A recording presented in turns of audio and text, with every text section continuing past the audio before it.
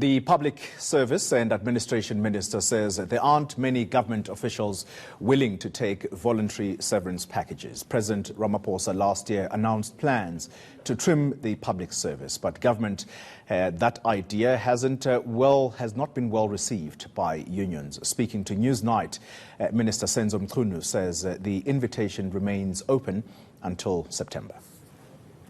Open invitation to public service workers, open to them until September this year. We will then make an assessment in terms of who has done what. But it's a choice that is open to members. They are not enthusiastic. They are not enthusiastic about it. They are putting this on that question. One of the questions is why are we not doing it as the executive? But we stay positive about it as a choice that we've put to them, and of course going with other questions and so on. But from my interaction with some of them, it's not something that they're very enthusiastic about, but they accept that we've put a choice on the table. Well, what is your response as the executive to that question that many people ask?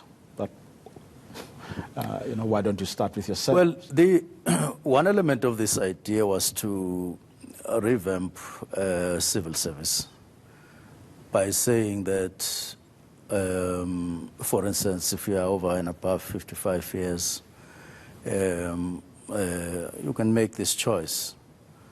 It would enable government to do two things. On one hand, government would choose to assess that position previously held by somebody who has just retired, whether it is actually still required, and a younger person would join. And in that way, you have revamped civil service. Or you fizzled out altogether, because in terms of your assessment, it's not something that you should hire another person.